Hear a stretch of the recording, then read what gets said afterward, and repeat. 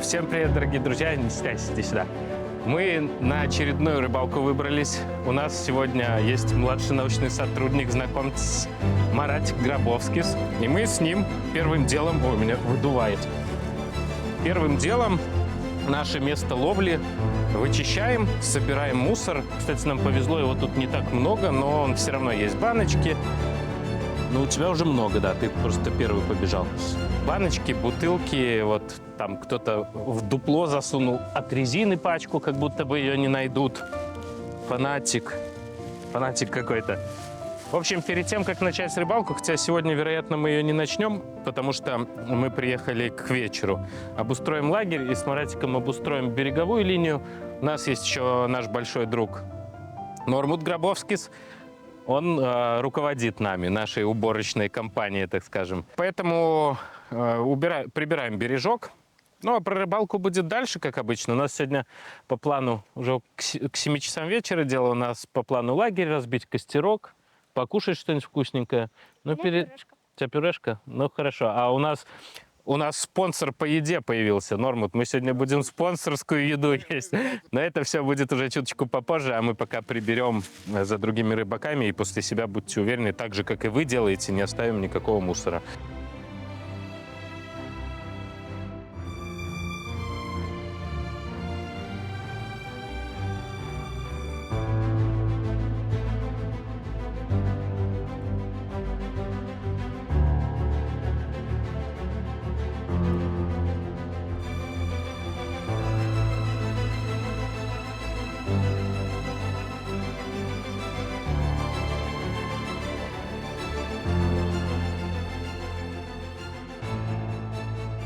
Ну, раз кое-кто у нас уже по фамилии Грабовскис пошли уже рыбачить, значит, они считают, что лагерь уже установлен, и я вам сейчас немножко покажу наш лагерь. Хорошая полянка попалась. Нюансы — это камни, здесь отсыпано камнями, ну, вот такой вот берег бывает, сложно втыкаются колышки и прочее. Давайте немножко покажу наш лагерь.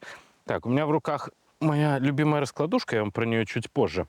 В общем, тут у нас будет обеденно, ужина, завтрак, котельная зона. У нас есть кострище, которое до нас сделали прошлые люди. Лавочка даже есть. Мы поставили свой столик, пару стульев. Здесь будем ужинать, вечерять. И это то же самое, кстати, по-русски и по-белорусски завтракать, и обедать, и бранч принимать, и прочее. Поставили одну палатку, которая быстро раскладывается как зонт. То есть, ну, такая защита от дождя. Это Norfin Summer Silver. В одной из рыбалок я показывал, я в ней ночевал. Туда, на всякий случай, если вдруг будет дождь, его обещают, холодильник, аккумуляторы, еще туда еду всю сгрузим, и потом на ночь будем приподнимать, закрывать просто его, чтобы никакие лесные звери туда не проникли, ничего прочего. Машины поставили на другую сторону от дороги, здесь так положено. Оператор у нас в палаточке с той стороны. Пойдемте покажу свою палаточку. Она, по-моему, самая интересная и самая кайфовая, потому что если несколько ночевок, я люблю прям, чтобы открыть глаза, и река, и туман, и солнце там встает, садится. Вот эту всю красоту люблю, поэтому комфорту уделяю много внимания. На самом деле 1/6 автомобиля, наверное, занимает именно моя палатка и моя раскладушка, с которой я уже 2 года езжу со спальником, но она просто топовейшая вещь, никогда не жалею места и времени на установку для того, чтобы ночью полноценно отдыхать. Пойдемте в мою палатку. Кроме этого, на берег, ну, на небольшой участок такой, чтобы, ну, примерно как местные занимают, типа на 5-10 закидушек, мы себе ограничили, поставили 2 кресла, посерединке у нас еще Маратик будет рыбачить, что-то на поплавок и прочее. В общем, зону для завтрашней ловли себе сделали. Солнышко сейчас будет уже садиться, поэтому я уже один доделываю лагерь, а товарищи вот эти вот, наверное, хотят поймать судака на ужин, чтобы пожарить его в сливочном маслице, но не знаю, получится у них или нет. Пока что на этих камнях они только обрывают приманки. Пойдемте в мое жилище.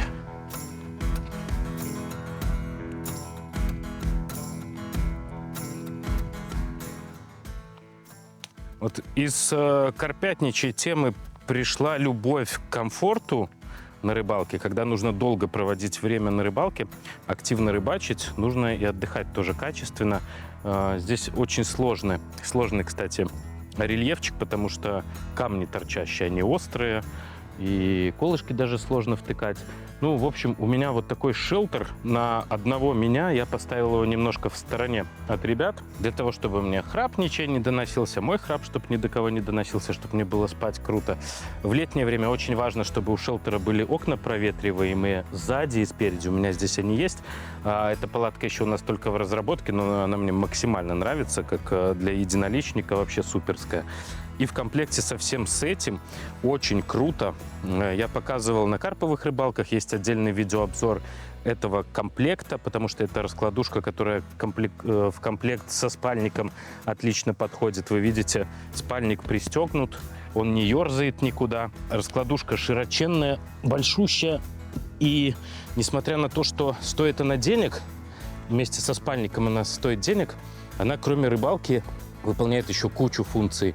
Я на ней, бывало, гостей клал, когда приезжают, не хватает спальных мест. У меня знакомый просил брать, когда делал ремонт и жил там, где он делает ремонт. Просил мою раскладушечку, потому что она вообще очень крутая.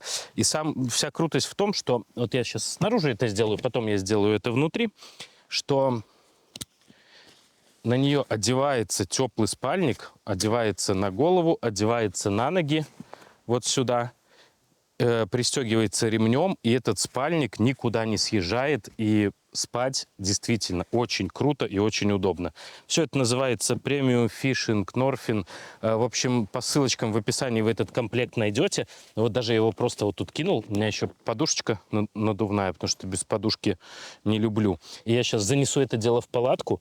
Я буду спать, и в окошко я буду смотреть на реку, я буду смотреть, как встает солнце, я буду слышать пение птиц. Меня будет все это дело проветривать через форточки в шелтере.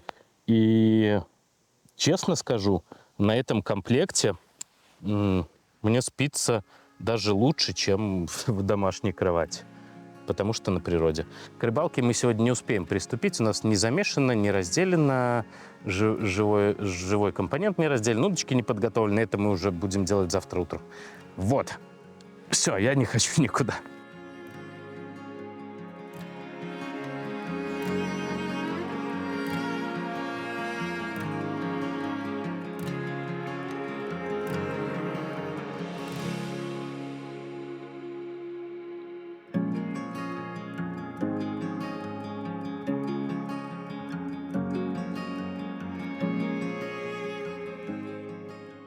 У нас в конце концов появился спонсор по еде. Grot Food. Кстати, ребята отличные, поддерживают карповые соревки, призы дают. То есть там есть рыбаки. И у нас тушенка, каша вот эта. Ее надо разогревать, но я и холодно ем. Вкусно, реально вкусно.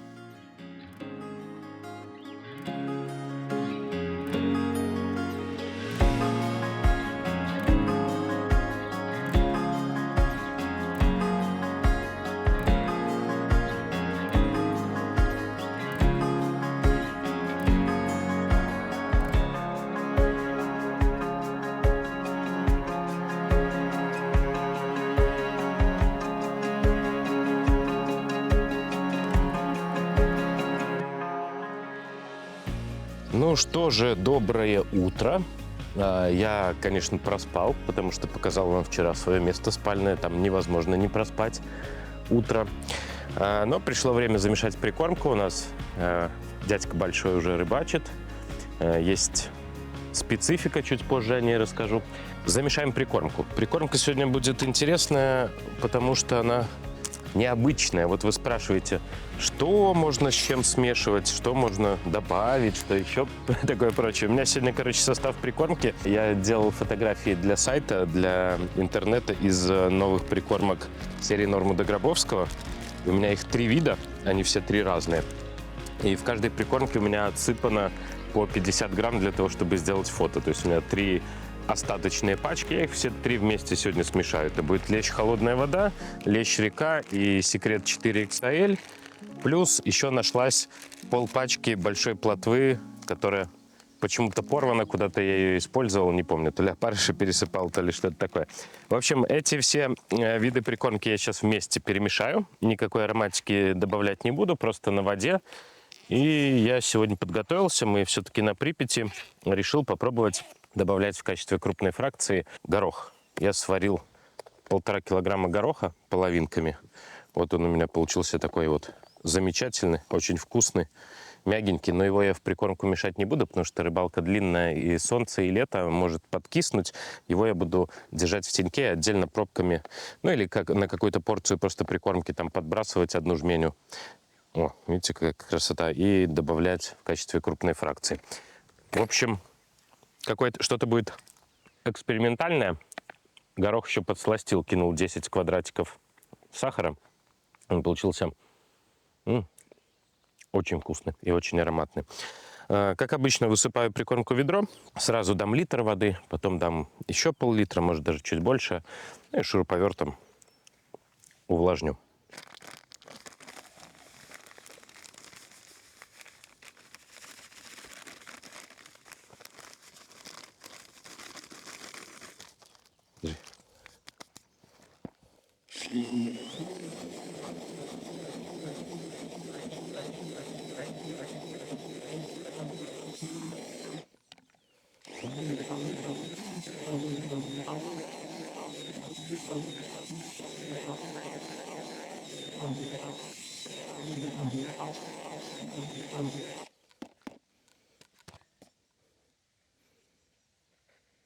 Черненько.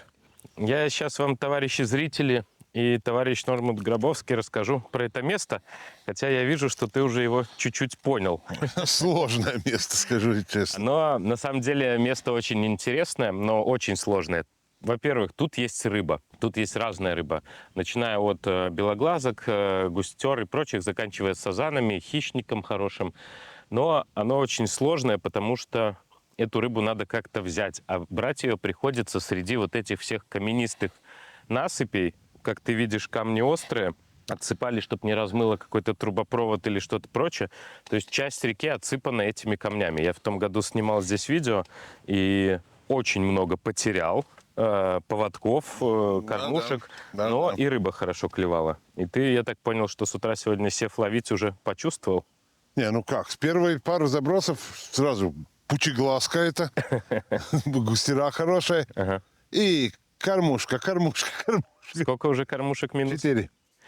Вот это такое место, дорогие друзья, в которое не посоветуешь поехать, особенно начинающим, потому что чуть только прокатывается кормушка, сразу затягивает шнур или леску за камень, и все, достать невозможно. С поводком то же самое. То есть, ну, по моему опыту рыбалки в этом месте, главное, чтобы кормушка упала и лежала вообще. Если ты даже 10 минут хочешь сидеть, ну, чтобы она лежала, чтобы ее никто не мог сдвинуть. То есть усы, переутяжеление. Тяжелые, да, такие. Да, и поискать. Я, наверное, сейчас буду раскладываться, я, наверное, полезу, попробую половить там, где камней уже нет. Это метров, Ну, меня наверное, там 120 с усами несло. несло, да? Да, я потому и все-таки... Ну, будем что-то придумывать. В общем, место такое. Вот оно как по берегу, так и в воде. Какие-то 30-40 метров камнями устелено все. Камни... Но рыба показывалась, даже здесь, вблизи. Угу. Вот есть план, может быть, если совсем надоест фидер, попробовать баллонкой покормить. Вот здесь, вот тут есть такое, ну, береговое течение, где как бы можно. Ага. Те же камни, но тут показывалась рыба. Я даже ребенка связал с шестерка мах такого, грамм 150-200, густеру поймал одну, но с ней надо работать. В общем, мы будем разбираться, как нам здесь эту рыбу из воды доставать и снасти нашей оснастки не отрывать. Посмотрим. Прикормка сейчас у меня доувлажнится, у тебя уже целое ведро, я вижу. Ну, и у меня с грунтом. А, ты с землей, да? Да, у меня с грунтом. Ну да, сейчас было маленькое тык-тык. Поклевочка. За одного гопарика. Да, одного там высосало и все. С грунтом, но зато целое ведро. У меня получится пол ведра, но у меня будет чистая прикормка. Я пойду готовить место, но вы тут, не знаю, что-нибудь расскажите. Ну, что интересно, вот та же кормушка, а там уже усы, потому что был зацеп, усы такие полуотломанные, я их отломал. И без усов цепляется меньше. Может быть. Ну, хорошо, что она стоит. Она проскальзывает, видишь, отбилась уже. Соточка как бы тут вблизи. Но это вообще 25 метров.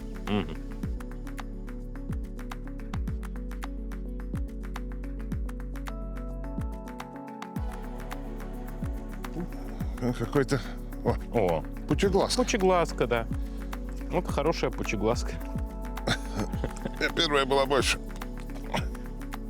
Попадались до 700 грамм у меня в том году здесь. Они здесь такие Пучеглазка качественные. какая. Я говорю, она для меня экзотика. Потому я на нее смотрю, так и радуюсь. Как бы, ну, Она на тебя тоже смотрит. Да, да. Ты для нее тоже экзотика. вот. Ну, как бы, и такой можно. У нас вообще никаких амбиций на полные садки. У нас такой вот летний выезд.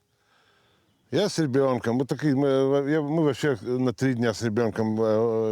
Юра с Олегом на 2 дня. Вот так, чтобы просто отдохнуть с реки. Ну, чтобы с рыбой. Да. Хочешь ловить, хочешь Да, не ловить. да, Посидел, да. да, костер. У меня спиннинг есть, у меня поплавочка с собой, фидер, и все для костра, и супа, и макарон по-флотски. Ну, вот такой вот отдых летний. И тогда вот такая рыба для ухи, даже если что-то попадется, мы можем и пожарить, и все. Так что, ну, кайф кайфом. Короче, сегодня не спорт, а просто рыбалка. Нет, у меня спорта вообще нет. Какой спорт? У меня Спартан 120. Я даже не смотрел на длину. Это не важно. Да, пока. О, какая пучеглазка. Она толстая, она, ее, по-моему, я ее никогда и не ел, но она выглядит так, что ее вялить точно она была бы вкусная. Но без поклевки. И течение вроде должно там удилище прыгать, а не. Она слюнявая, она как какой-то родственник все-таки лещевым рыбам есть. Сегодня я замешал, чтобы себе и больше вам показать, заказать. Я-то знаю, как они работают. Именно 2 килограмма лещ холодная вода, 3 из рецептов Нормунда, и 1 килограмм лещ река. Вот 3 килограмма прикормки, чуть-чуть там новых микрогранул, зеленых, красных, желтых добавил, и килограммов 6 земли. У меня прикормка с грунтом, у Юры без грунта. Вот сейчас будет. И, ну, как вы видите, все работает. Почему именно холодная вода? Потому что это название, это не значит, что прикормка не работает летом. Она отлично работает летом. И запах и кориандра, и чеснока, который преобладает именно в холодной воде, да, это тоже отлично работает летом. Просто холодная вода, потом написано в названии холодная вода, потому что это прикормка, которая идеально работает по холодной воде. То есть и зимой, и поздняя осень, ранняя весна, ее как раз можно леща-подлещика очень успешно ловить. Так что у нас очень отличающиеся, очень разные с Юрой составы прикормки. Но посмотрим, как это вот в течение всего этого дня, может, завтрашнего дня, потому что прикормки много. Ловля медленная, перебросов не так много, и не так много прикормки уходит. Так что эта порция, я думаю, что на 2 дня точно. Посмотрим. Я думаю, что все будет у обоих. Будет все отлично с рыбой. Просто Юра сел в более глубоком месте. Надо смотреть, что до вечера, может быть, ему утром надо сесть вот где-то здесь, чтобы мы были вот на одной этой линии, потому что все-таки здесь мельче. Тут тоже как бы, приятная такая глубина. Я думаю, метра 4-5 там есть, потому что 100-120 грамм кормушка, еще ты ждешь, пока она тонет. Но Юры намного глубже. Вот еще один плюс, как бы такой вот этого такого сложного места. Каменистого такого, вот как бы отрываешь, крючки тупятся, кормушки отрываешь, поводки пополам где-то режешь, но рыба держит, и рыбе это нравится. И вот и ищем путь, как это все сделать. Ой, какой лещ, ой, какой лещ. Лещ-душечка, как минимум. Душечка, да. Такой, может, не полная душечка, стабильная полторашечка, скажем так. Стабильная полторашечка. О! Ух ты мой! Красавчик. Также червяк и 5-6 этих опарышей. Красава. Красавец. Ну.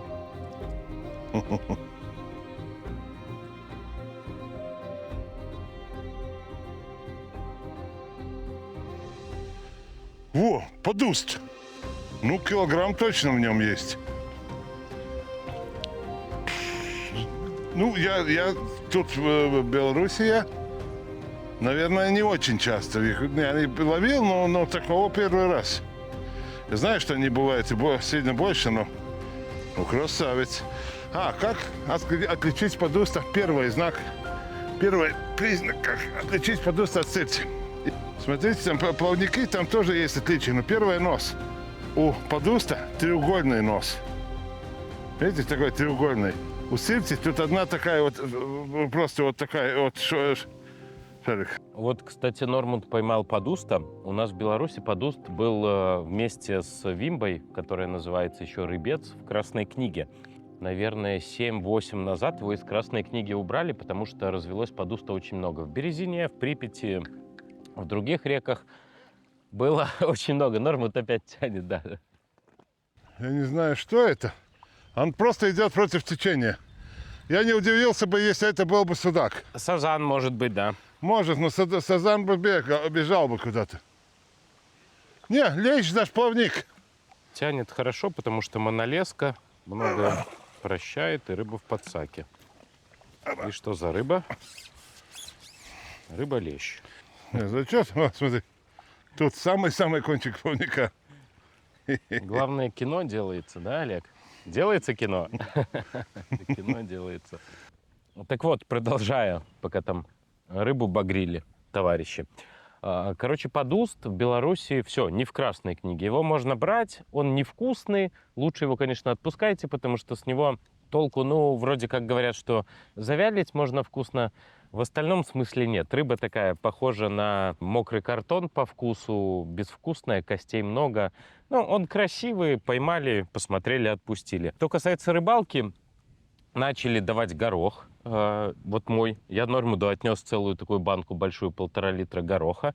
И замечено мной на соревнованиях, вот в Гомеле очень часто попадался подуст. Подуст очень любит зерновые, будь то пшеница, кукуруза, горох. Вот только начинаешь давать зерно и насаживается на крючок, допустим, кукурузу или зерно какое-то, другое, он клюет, ему нравится именно зерно.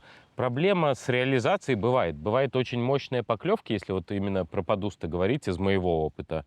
Очень мощные поклевки, и очень сложно подобрать крючок для того, чтобы он засекался, потому что рот, как вы видели, своеобразный. Тип кормления с камней соскребать, он вот соскребает всякую тинку и прочее. Верхняя губа очень жесткая, нижняя губа непонятной формы, поэтому с крючками бывают с ним на самом деле проблемы. И у нас, когда мы были в чемпионатах Беларуси, в Гомеле очень часто, бывала проблема, что мы не могли подобрать крючок под подуста. Какое-то время он был не зачет, потому что Красная книга, какое-то время он начался в зачет, и очень хорошая, очень внятная поклевка, такая прям, не знаю, как лещ, 3-4 килограмма клюет, цик мимо, даже без контакта. У него изо рта вылетает крючок каким-то магическим образом, и приходилось ставить самые непонятной формы крючки и большие крючки. Поэтому, если у вас вдруг на речках белорусских где-то есть мощные поклевки, очень такие выраженные, вы подсекаете и даже рыбу не чувствуете, можете быть уверены, что в каком-то проценте вероятности это подуст. Он вот такой вот своеобразный. Вообще, красивая, хорошая рыба, невкусная, как я сказал, поэтому как объект ловли, как у нас сегодня, для удовольствия, не для садка, не для, не знаю, лечь потом с этой кучей рыбы, не нужно нам этого. А как объект ловли поймать такую рыбу очень даже интересно и очень даже хорошо. По сути, чем мы сейчас занимаемся? У нас вечер, 5 часов вечера. Я на ближнике, Нормунд на ближнике. Сохраняется проблема с крючками, потому что о камни очень сильно тупятся крючки. Буквально бывает даже один заброс, зацепился в камень, вынимаешь, крючок загнут. Я перебираю формы, но ничего не помогает. Такая специфика сегодняшней рыбалки. Поэтому, когда забросил, вот оно стало, стоит, я ни темп, ни перезаброс, я просто жду поклевки. И смотрю, что Нормунд делает то же самое, и это правильно. Хотя кормушки у нас большие, прикормки много, гороха в них много, кукурузы в них много. Рыба между этих камней, когда вот лежит валун, обтекает его река, за ним какой-то затишок, и там сохраняется корм, рыба крутится в любом случае. По сравнению с местными рыболовами, которых, кстати, очень мало, потому что нет раздачи, не клюет у всех и на все, они сменяются, приезжают, уезжают. По сравнению с ними мы сегодня получаем удовольствие от ловли рыбы всякой, потому что мы, так сказать, на отдыхе, никаких у нас амбиций наловить кучу, потому что мы все равно все отпустим. Мы просто сидим, наслаждаемся прекрасным июнем, прекрасной природой, прекрасной рекой Припять. Хоть и на камнях, испытываем определенные трудности, обрываемся, перевязываемся, но рыбку полавливаем. Поэтому сегодня такая настоящая, наверное, на нашем канале даже может быть одна из самых приближенных к вам, к нашему зрителю рыбалок. Когда вы выезжаете, вам никому ничего доказывать не надо, вам не надо снимать никакие видео. Вот мы сегодня занимаемся тем же самым. Просто ловим рыбу, отдыхаем, общаемся, иногда удочки вымотаем, пойдем пообедаем, кто-то покемарит в обеденное время. Просто рыбалка вот такая. Мы ее тоже очень любим и вам показываем. О, королевский. Этот достоин. Ты посмотри, какой король. Это царь воды. Такого широкого ерша я не ловил никогда в жизни, но очень красивый. Похож даже на какую-то рыбу африканскую больше, чем на нашу местную.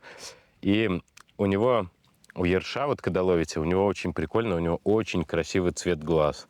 У него глаза такие фиолетово-лиловые. Ну, действительно, красивая рыбка.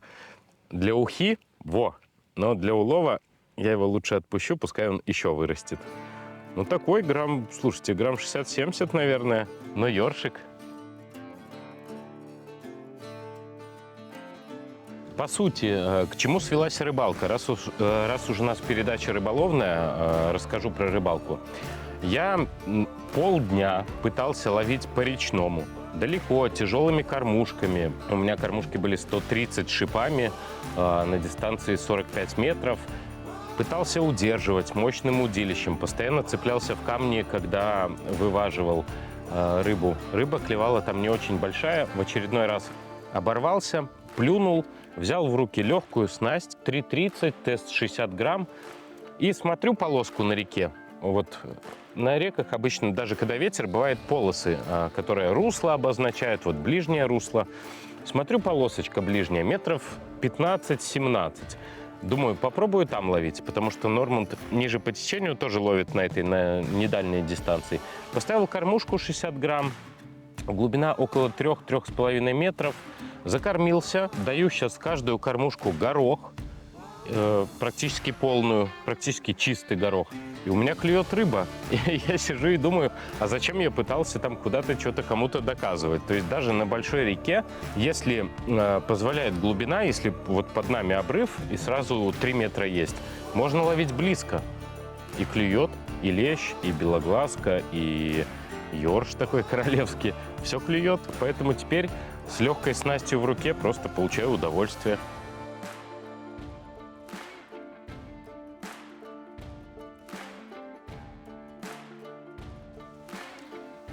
Такая, которая на березине будет трофейной считаться. Здесь, в принципе, обычная. Красиво и вкусно. Ловлю на опарыша 2, 3, 4, 5 штук. Крючок тупой. Опарыша колет очень сложно. Но когда рыбка берет, пресекается все-таки. Потому что устал менять крючки. Они очень быстро тупятся. И если уже совсем не критично, когда вообще не колет, оставляю. Потому что нужно вязать новый. Гамакацу дорогой крючок, поэтому ловлю на тупые. Нет цели каждую рыбу засечь. А когда поклевка случается, так ногтем иногда жало подправляю, выпрямляю. Когда поклевка случается такая, часто даже тупым крючком подсесть все-таки можно. Вот 4 опарыша.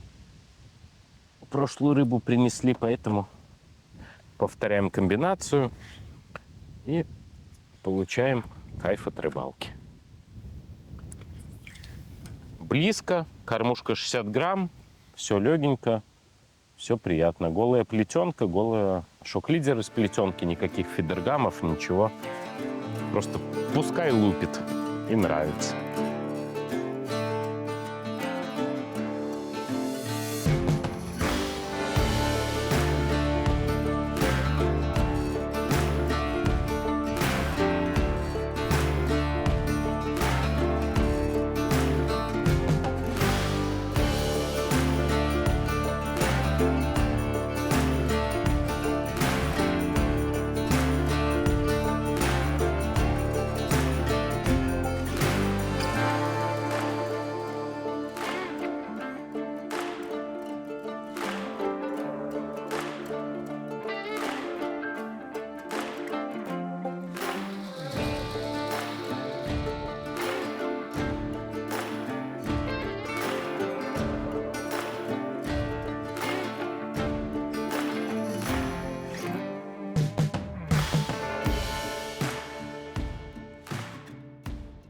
Доброе утро, дорогие друзья, товарищи.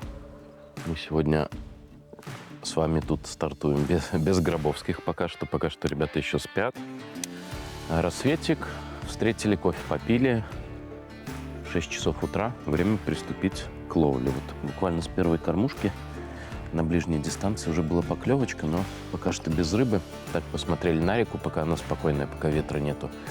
Неплохо. Показывается рыбка и близко, показывается рыбка и чуть подальше. Над руслом нету. Вот все движение происходит именно над этими камнями, про которые я вам рассказывал. Потом, когда они заканчиваются, и начинается то русло, в котором я пробовал ловить вчера, глубокое, метров 7, наверное, глубины там точно есть. Там тишина, и над ним тишина. И на дне там, в принципе, песок. Ничего примечательного особо нету.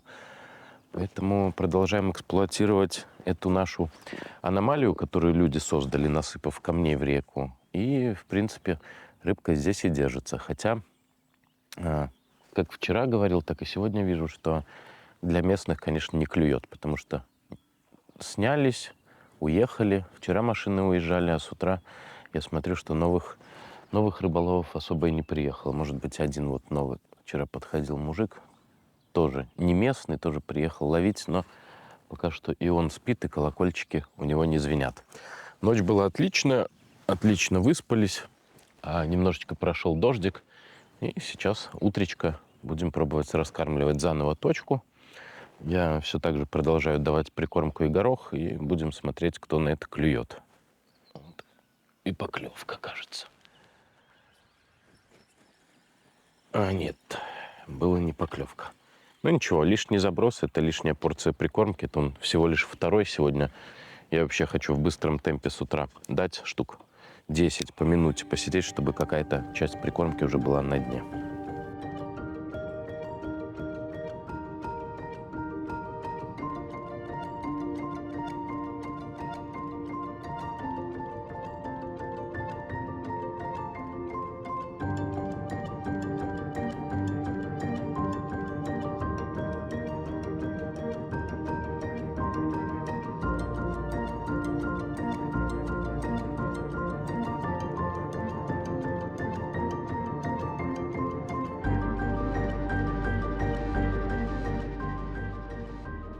Ну что ж, утро на следующего дня. Сегодня ветер меньше. Я очень хочу половить на поплавок. Ну, очень и очень. И потому я просто домешаю еще пару килограмм прикормки на порцию на сегодняшний день. Потому что по поплавке прикормки выходит больше. У меня осталось там чуть-чуть 1/3 ведра прикормка с землей. На фидер бы на полдня бы хватило. Ну, домешивать надо. Я вчера мешал салмо рецепты Норманда холодная вода и салмо рецепты Норманда лещ река. Сегодня возьму, ну, наверное, бестселлер этого года. Салмо рецепты Норманда секрет 4XIO. В принципе, наверное, Это нельзя говорить на камеру, но именно конкретно состав прикормки здесь сейчас не решает ничего. Ей надо просто правильная прикормка. Будь то большая плотва, будь то лещ река, ничего от этого не поменяется. Просто надо хорошую прикормку, правильно увлажненную, правильной консистенцией дать и правильное место. И тогда все будет происходить. Аромат изумительный. Где ты там? Что ты там? Так как мы ловим в реке, так как течение сильное, и я знаю эту прикормку, то сразу 2 килограмма прикормки. Это у нас литр воды и еще где-то грамм 200. Ну так, чтобы 600 грамм воды на килограмм прикормки.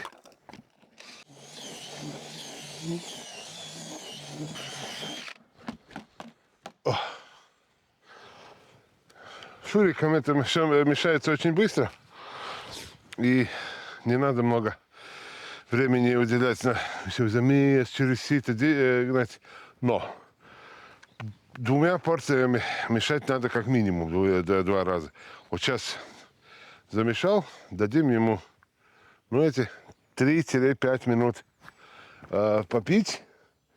Потом добавим грунт, потом добавим вчерашнюю прикормку. А пока можно приготовить нашу этого года вторую новинку, которая есть. Цветные эти микрогранулы с ароматом. Они тяжелые, они в течение дня не растворяются. Это видно еще вчерашней прикормкой. Они очень хорошо смотрятся на дне. Рыбе нравится. Красная с ароматом, ну, как бы концентратом, ароматом мотыля. Желтенькая с ароматом кукурузы и зелененькая с ароматом гороха. И довольно-таки сильным. Ты потом берешь прикормку, какой-то горох повеял где-то кто-то. Хорошая вещь очень. Ну, до озера, как до озера, но до реки, где вот рыба разная. Притом, посмотрите, какая у нас уже вчера была рыба. Вчера было 7 видов рыб. Я поймал 7 видов рыб. И, значит, каждая что-то вот находит на прикормке, что-то для себя именно.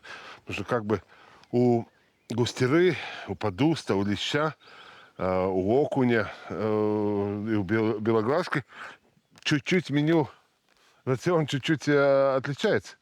А вот когда у тебя правильно сделана прикормка, она такая что-то находит для себя. И это в том числе. Так, прикормка есть. Дальше берем землю. Земля у меня очень тяжелая. Липкая, тяжелая. И вот, чтобы не было этих комков. Комки, они тоже такая же земля, но их надо через сито прогнать. И тогда у вас в течение ловли не будет никаких проблем. Все хорошо размешается.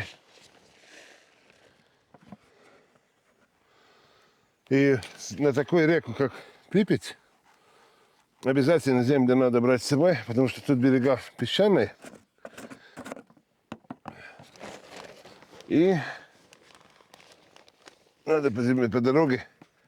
Но это специально в лесу, там такая вот накопанная. А так, в принципе, с поля можно спокойно едешь. Видишь, паханное поле, можно остановиться и взять. Я, в принципе, так и делаю.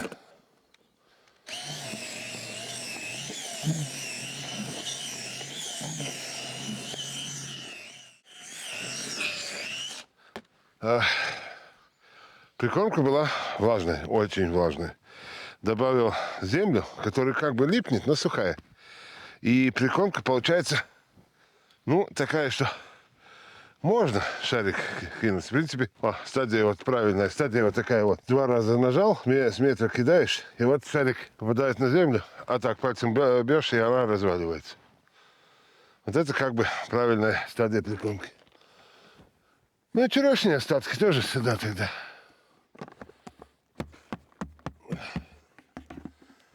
Ну вот смотрите, это сутки стояла, да, прикормка. Вот все эти крупинки, они еще видны. Это еще с грязью. В воду попадают, они яркие, они лежат на дне. Рыбе очень нравится. Это я сейчас добавлю еще без фанатизма, чтобы мне еще на один раз осталось. Еще добавлю. В принципе, эти пачки, по сколько это грамм? По 300? Нет, 200. Я беру так, что если вот сразу все 3 цвета добавлять, чтобы хватало на 3 раза. Это бы, такой речной. Если там какой-то торфяник, канал, который капризный, там я вообще не добавляю. А в реку, да, зелененький. Ух, горошек.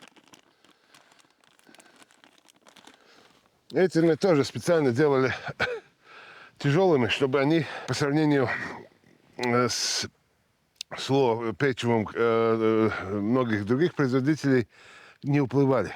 Потому что есть такие очень легкие, которые попадаешь, когда потом сразу первые рыбы ловишь, там головляк, какого-то у него полный рот, потому что это всплывает, и первое, что они хватает, это. У нас эти новинки все ориентированы все-таки на то, что мы накрываем стол, и вот рыба приходит на этот стол есть, чтобы она не уплывала ничего. И новые прикормки, и эти все составляющие тоже так.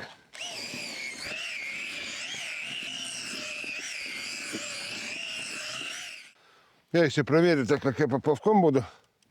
По крайней мере, начну с поплавка. Хотя ветер уже поднимается опять, и он под течение, тогда с поплавком трудно. Прикормка отличная, и грунт ничего не портит. Он только дает, во-первых, не позволяет перекармливать, ладно, сейчас это не актуально. Потому что вода уже теплая, там, градусов под 20. Но грунт это основное, помогает накрывать основной стол и все-таки чуть-чуть эту муть, которая нравится рыбе, дает. А ценные вещи не уплывают. Так что, особенно по плавке, обязательно грунт. Хотя я и фидеры использую, и вроде бы как клюет.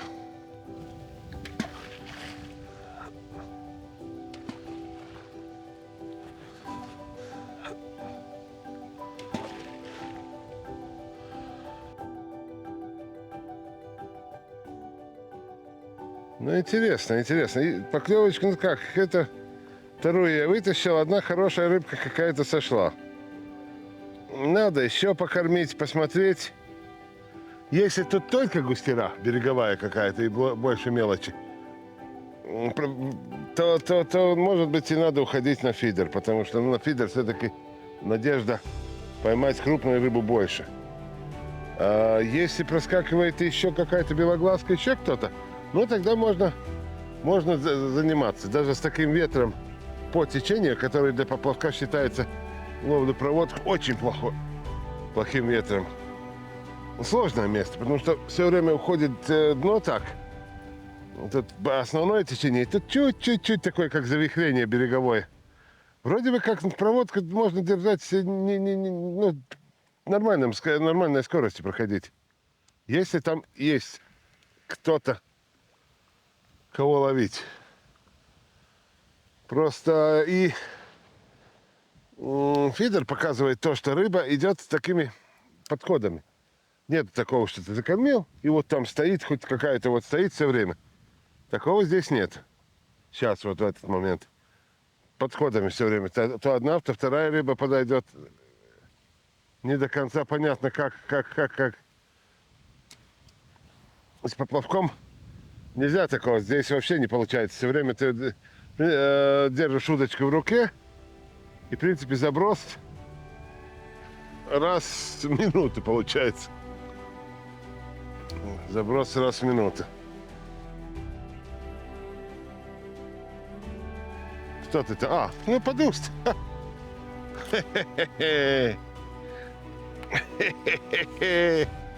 А поплавочек рулит.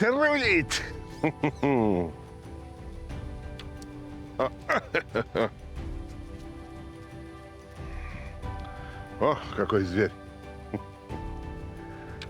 Ну хорошо. Красота же.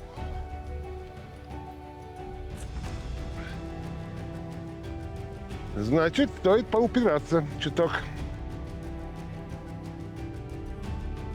Вот, и густерочка вернулась. Ну, так она и есть.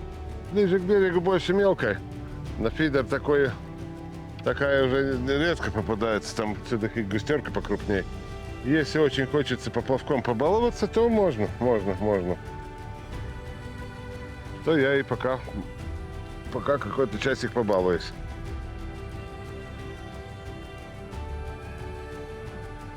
Рыбка, рыбка, рыбка. Очередная рыбка к нам плывет.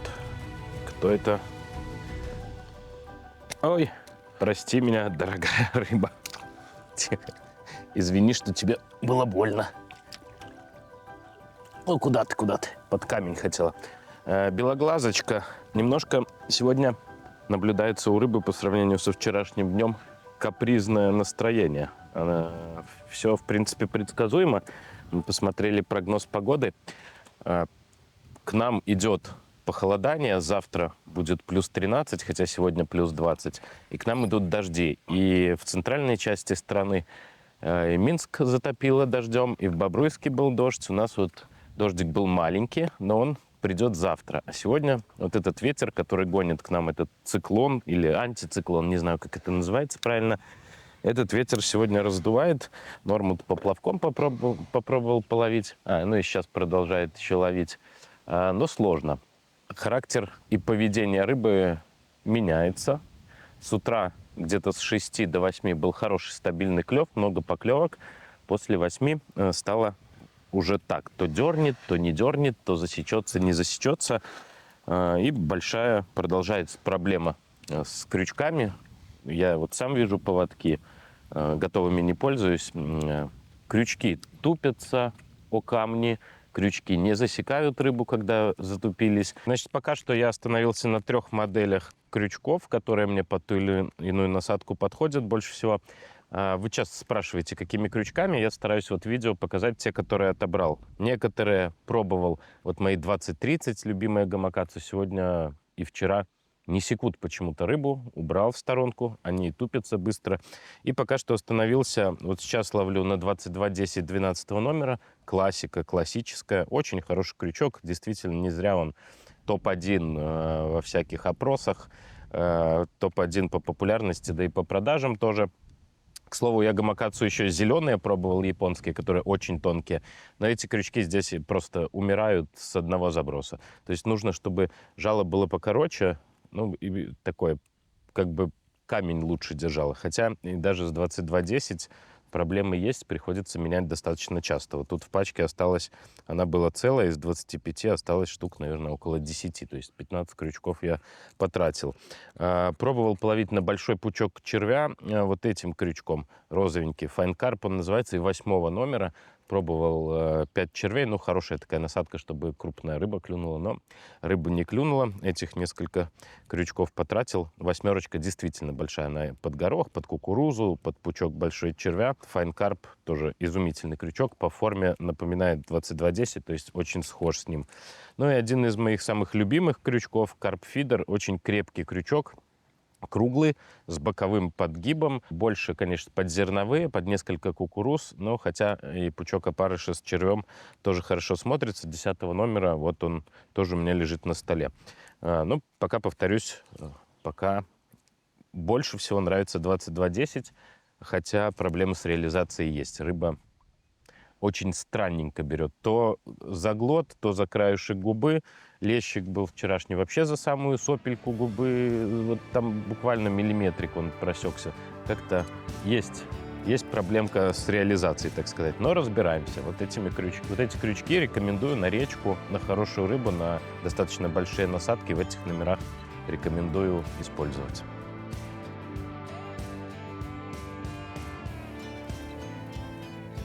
Ну, сейчас только что хорошую густеру еще взял, но уже первую рыбу, которая чисто на шарах, то есть на том месте, куда падают шары. Шары-то у меня очень тяжелые. Первые все рыбы были ниже. Видно, что рыба, не хочет вообще движения никакого. Даже вот густера, у меня в основном густера и ёрш один, и вот подуст. Поклевок много, таких Видно, что рыба там крутится какая-то, но, скорее всего, что леща нет. Подуст он такой подбегающий. Основная рыба тут, скорее всего, что в данный момент густера. Как бы хорошая, можно ловить, но нелегко. У меня поплавок 8 грамм. Это большой поплавок, как бы для лета. По лещу он бы не был таким большим.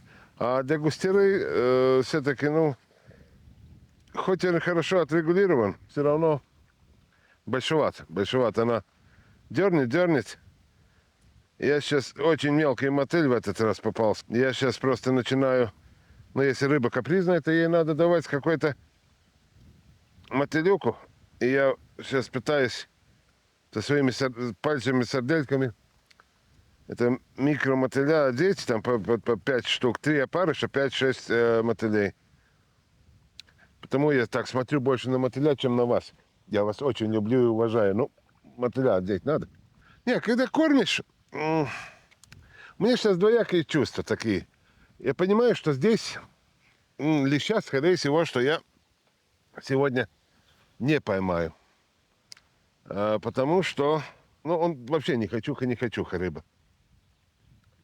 Какого-то вот густеру и подоста, да, можно, похоже, ловить на поплавочек. Ну, поймать что-то, так. Но ловля такая непростая. Даже для того, как я люблю поплавок, но она непростая. О, говорит, дуду. Кто, почему ты не взял? Крючок небольшой, вроде бы как 14-й поводок. 10-й крючочек, но он у гамакацев в серии 18-10, он такой. Для такой рыбы, для такой ловли самое то. Очень короткая проводка получается, и мне я должен кидать чуть выше, чтобы поплавок встал, быстрое течение, и чтобы я уже мог его начинать контролировать, чтобы уже там, куда падали шары, я уже вот мог бы вот его уже вести. То есть контролировать придержечкой. Система буксирчик у меня, чтобы когда поводок выше груза, так меньше зацепа. И можно тогда грузик скользит по дну, а поводочек вот, видите, смотрите, грузик здесь, поводочек, можно регулировать высоту, как он выше идет. И с таким, даже вот по таким камням, крючок мягкий сравнительно, рыба его не разгибает, это рыба, которая клюет у нас. Но когда цепляется за камни, он разгибается чуть-чуть. Я просто ногтем его загибаю и ловлю дальше. Конечно, он тупеет на камнях очень быстро. Это тоже что есть, то есть. Ну, как? Хочется ловить поплавком? Ну, тогда приходится как-то выкручиваться.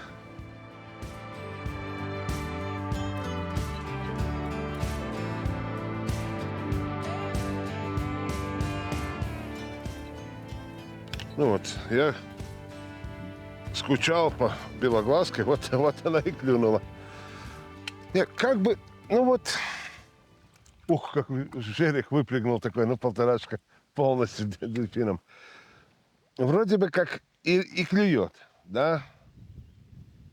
Ну, почему-то на вчерашний день сидеть, что там рыба все-таки покрупней. Мне очень нравится. И можно найти, вот еще кормить, и, может быть, и можно выкормить. Вот такая двоякое чувство. Переходить на фидер или не переходить? Двумя фидерами сидишь и сидишь. Перебрасываешь, и там как бы рыбка чуть те же белоглазки, та же густера, ну, по размеру крупнее, или лещи подуст. Здесь вроде бы тоже подуст был. Может покормить. Ну вот сейчас надо посмотреть, сколько у нас время, чтобы я так не засиживался. 9 часов. Ну, 9 часов. Ну, может быть, я сейчас добавлю еще мотылька. Вот возьму такой вот час. Дам еще месту и себе час времени. Или рыба так, ну, какая-то. И хоть те же белоглазки, ну, чтобы она была чуть регулярнее. Если появится, удастся выкормить, тогда останусь с поплавком. Если нет, тогда перехожу на фидер. Что Юра, Юра пошел позавтракать. У Юры как бы на фидер поклевок много, он говорит, тоже очень много пустых поклевок сегодня утром. Мощные поклевки, но пустые. Значит, как-то, ну, гостера, может быть, бежит. Ну, у нас вчера были непонятные поклевки, вообще непонятные. Забрасываешь такие мощные поклевки, даже аж грешным делом подумал, что, может быть, карп какой-то пришел и кормушку ест. Или карп листом толкает. Потому что, ну, так фидер так аж уходит. Это не один раз, 3 раза подряд такой был. И насадка вообще не тронута. Нет, тут на этой реке такие чудеса могут быть, что даже трудно представить. Тут одновременно с одного места можно поймать практически всю рыбу Беларуси. Ну, кроме, наверное, усача. Здесь на Припяти усача нет. Усач в Днепре есть. А может и здесь есть, кто его знает. Потому что здесь особенно такое место, где... Ну, смотрите, у меня 5 метров удочка, да, и длина, и глубина здесь около 4 метров. А там еще уходит, и тут глубина есть. И потому вся рыба и держится.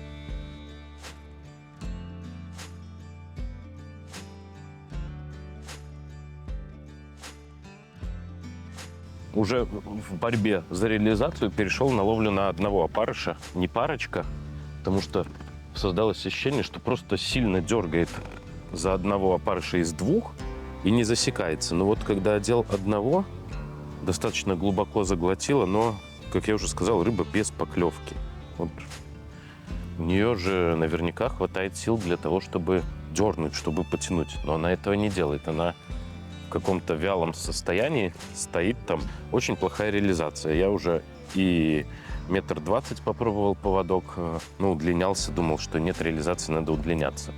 Никакого эффекта не улучшилось. Сейчас поводок поставил 70 сантиметров, но ладно, рыбка-то какая-то собирается. У нас, по сути, рыбалка, это, забыл сказать, она получилась альтернативная. Мы выбирали место, куда поехать. Был вариант поехать ждать на одной речке крупного леща, но без гарантии того, что он клюнет. Я говорю, поехали лучше на Припять, раз уж мы и с отдыхом это совмещаем. Половим разнорыбицу, она интересная, место мне знакомое. Хорошо, что здесь нету раздачи крупных лещей. Мы спокойненько сели, спокойненько ловим. Да, ну, я сдался. С ветром очень трудно. Очень трудно делать проводку, и хочется все-таки материал, ну, вам показать всю прелесть реки и ловли, потому перехожу на фидер. По крайней мере, посижу на фидер, и вдруг меня сбрендит, что надо опять идти на поплавок.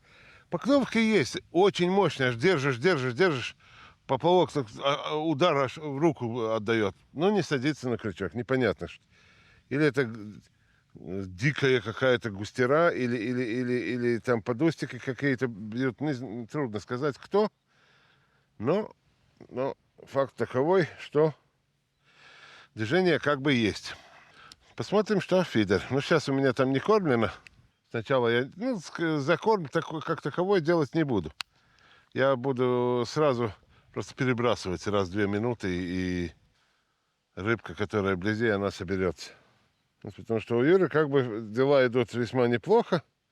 Нету каких-то больших бонусов, но средний размер рыбки очень хороший. И потому надо мне тоже как-то сделать дело. О, Юра опять подсек. Аж привстал. Ух, молодец. Ох, не, я тоже так хочу. Да что ж ты будешь делать, а нет? Ну, так. Экстремальненько, но поднял. Хорошая густера. Вот, припятская. Засечка абы какая. На одного опарыша. Но вроде засеклась. Пока что та схема, которую я придумал, ловить на одну личинку, для того, чтобы у рыбы не было шанса просто там дергать за хвостики, пока что она работает и приносит вот всяких приятных рыбок. Продолжу.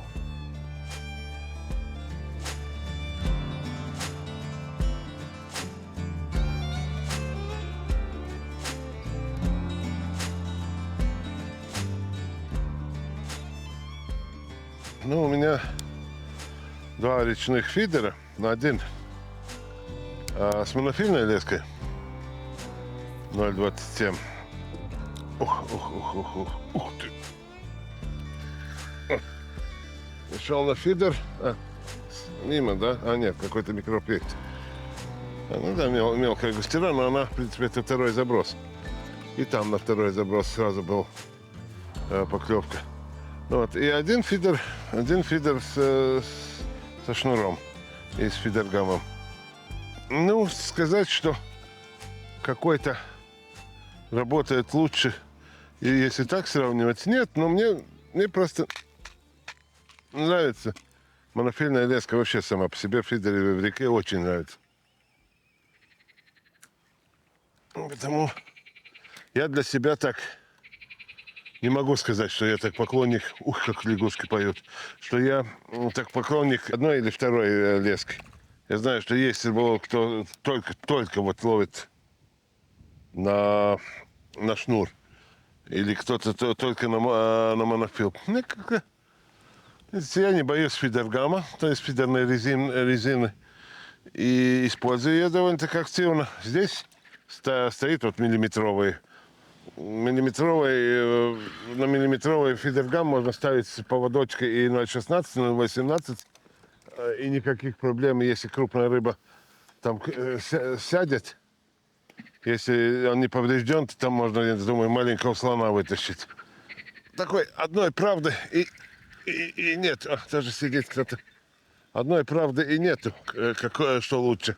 Какая леска? Тут вообще это мои друзья. Это мои друзья. Ерши. Только поставишь червячка, так ерши тут.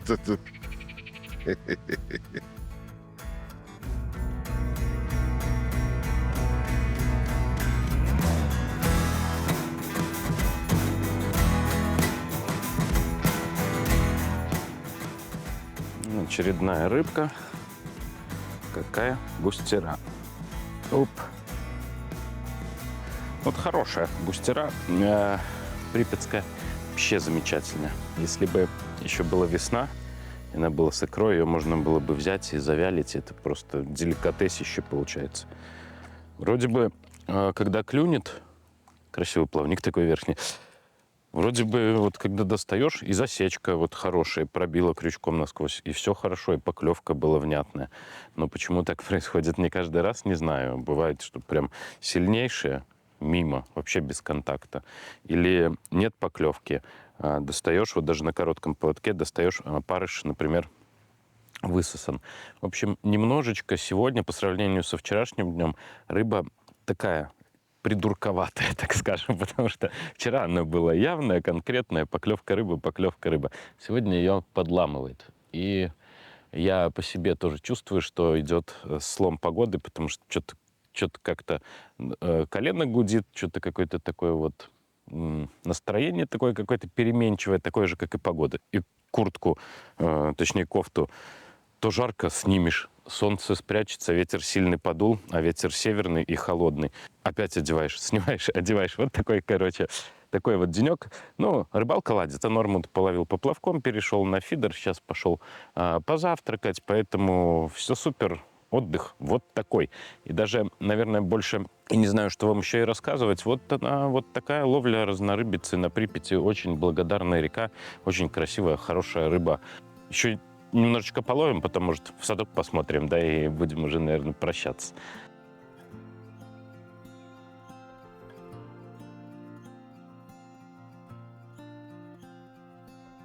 К слову, я тут все же горох продолжаю свой использовать. Но я сварил 2 пачки по 700 грамм, у меня осталось где-то половина. То есть, в принципе, можно было такой вот на суточную рыбалку, скажем, можно было и 1 пачку варить. Многовато. Хотя темп ловли достаточно быстрый, но вместе с 3 килограммами прикормки вот выбросил, считайте, 700 грамм сухого гороха. Живой компонент Нормунд не знаю, я вообще не добавлял в прикормку. Считаю, что принципе, на Припять мотыляток точно можно не брать, а надо взять опарыша, надо взять кукурузу, можно взять червя. На все это поклевывает в разных комбинациях. Но я пока остановился на опарыше, с ним проще.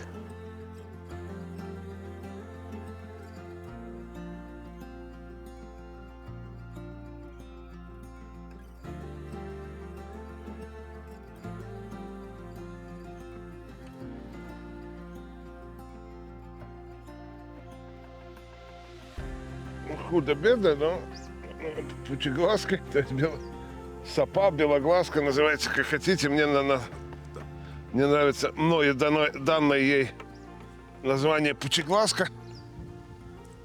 Они на опарыша с мотыльком даже в этот капризный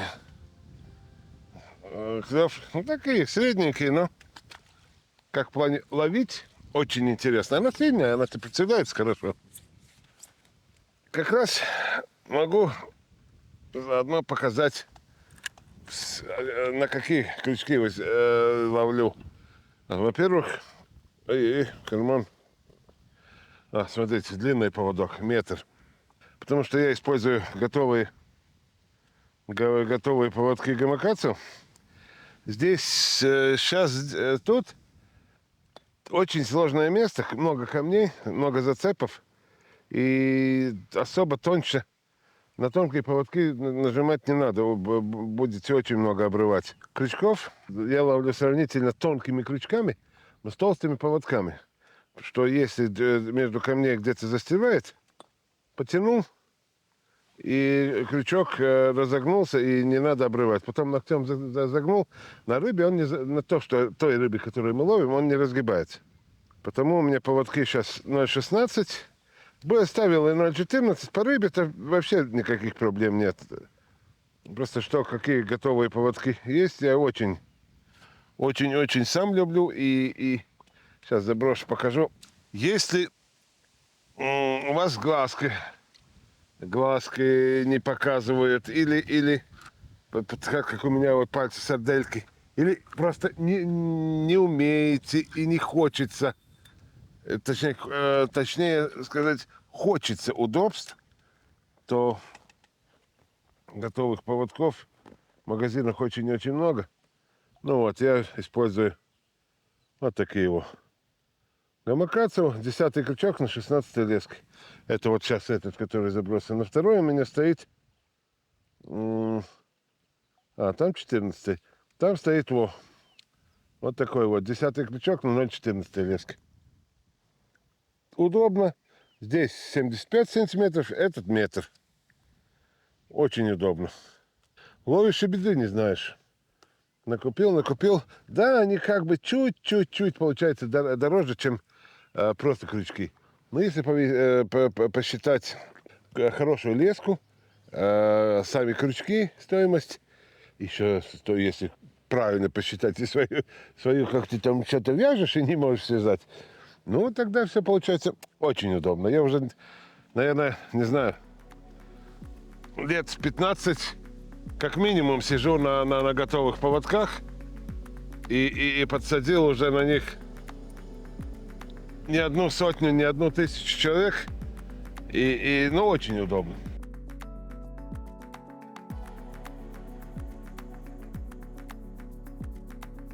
Ух, и погодку мы выбрали для рыбалки. Не, ну как, погода-то хорошая, это просто длинный ветер, и он еще усиливает течение, что, в принципе, большая проблема работать с поплавком. Ну и кормушки тоже приходится, течение сильнеет, приходится ставить больше. Я сейчас ловлю 100-граммовыми кормушками, ну, такими вот классическими. Но это я ловлю очень близко. Так все время было 120, если дальше. Но там коряги. Ну, не коряга, а камни. И очень много обрывается. А так, если смотреть, вообще вот думаете ехать на Припять и думать, какие кормушки брать с собой. Я думаю, что меньше, самое засушливое лето, но меньше 80 грамм на речку не надо. Где-то от 80 до 120 грамм, если с грунтозацепами. Ну, может, и если без грунтозацепов, какое-то поуже место, где может подуста больше, такой рыбки, ну, тогда может и 140 грамм кормушка. Река большая, мощная, тут ничего не поделаешь. Ну и, соответственно, удилища тоже такие хорошие речные удилища. Тестом не меньше 100-120 грамм. Шнур тогда где-то 0,14-0,16. Я ставлю 0,16 на такие реки. Ну и монофильная леска тогда 0,28-0,3 миллиметра. Тогда это вот такая речной комплекс, с которым можно, в принципе, по всем рекам ездить, и не будешь ты, не будет проблем никаких. Ну я его ждал и дождался.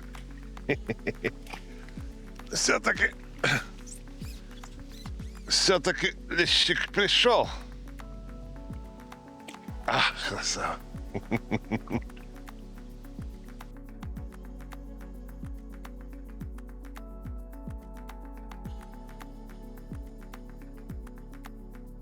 Будешь рыбку? Лови. А тут еще и змеюка. Иди, тут вообще вся флора и фауна. Змеюка тоже? А что это за змея, Олег? Ты не знаешь? Зеленая. Сними ее. Видишь, большая лежит какая? У них конкуренция за рыбу, но я бросаю.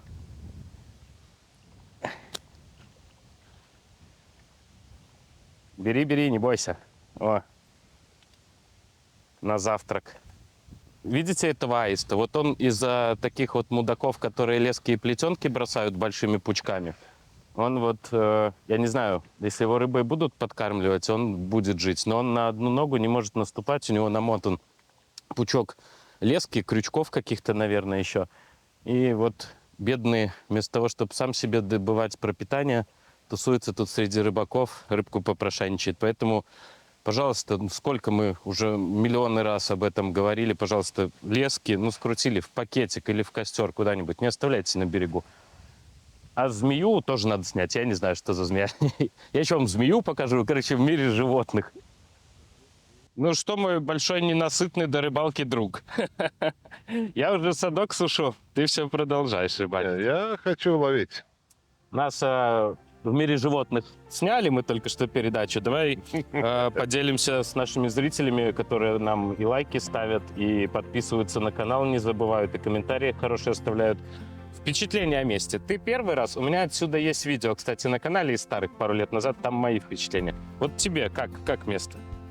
А вообще оно мне понравилось. Но первый заброс. Кормушку оторвал. Угу. Потом, ну, за первые пару часов оторвал 5 кормушек. Угу. И штук 30 крючков. Ну, это, наверное, как всегда, когда ты начинаешь, куда-то попадаешь, мозги сразу не начинают работать. Ну, потом сменил. Ну да, потом начал протягивать и пришел ближе. Угу. И та же рыба, и вот сижу там вчера вечер, сегодня вот сколько, ни одной кормушки не оторвал, пару раз крючок разгибал и все. Угу. Я вчера попробовал половить в русле, как ты помнишь, и Да, как вы да. тоже, зрители наши уважаемые, помните. Но делать там нечего, оттуда даже поклевок не было. Я там несколько часов просидел в глубине в русле. Может, в августе, сентябре Да, каком-то. нету. И она вся вот тут среди этих камней и тусуется. Да. Рыбалка получилась тяжелая, но рыбалка получилась очень интересная. И в отличие от пустых берегов, мы свою рыбу, я считаю, поймали. Нет, нормально, слушай, ну и на поплавок ее можно ловить, оказывается. Мгм. Я просто начал сегодня утром на поплавок. Поклевки есть. Мне же казалось, что там будет больше. Мгм. Тоже количество поклевок. Единственное, оттуда еще лещик вышел. Мгм. Отсюда зато подуст был. Мгм. Не, интересно, и я удивляюсь, почему народа нет. Потому Или они ждут каких-то лещей, которых мы не знаем, что Да, они. да. Здесь именно, когда ход леща, тут не вбиться. Лещи Да. бывают до 2 килограмм. Эту Сейчас вот хода нет. рыбу- Хотя рыбу- лещи есть. Не, ну, лещи есть, подусты красивые. М. Это остальное, да, она такая, ну, просто рыбалка рыбалкой. Ну что же, у нас получилась рыбалка даже такая, как у большинства людей, еще с отдыхом совмещенная. Очень хорошо, мы были здесь. Мне вот так понравилось приехать с вечера, Мгм. не ловить, вот без спешки, без ничего. что приезжать рано утром, ну ты уже все равно это утро. Но сюда ехать 4 часа, нам Ну вставать да, надо да, ночью. да. Поэтому вам, если такой формат понравился, если вы тоже так рыбачите, если вы хотите так рыбачить, поддержите нас в очередной раз лайком. Мы рады стараться для вас и совмещать и работу, и отдых. Кстати, повезло нам с тобой, да, с работой? Нет, работой повезло. Мы сейчас хорошие работы делали. Поэтому всем отличных рыбалок. С вами был я, Юр Лисовский. Ну И и Норвуд я, Норвуд Гробовский. Гробовский. Да, на Припяти. Всем огромный привет, всем всего хорошего.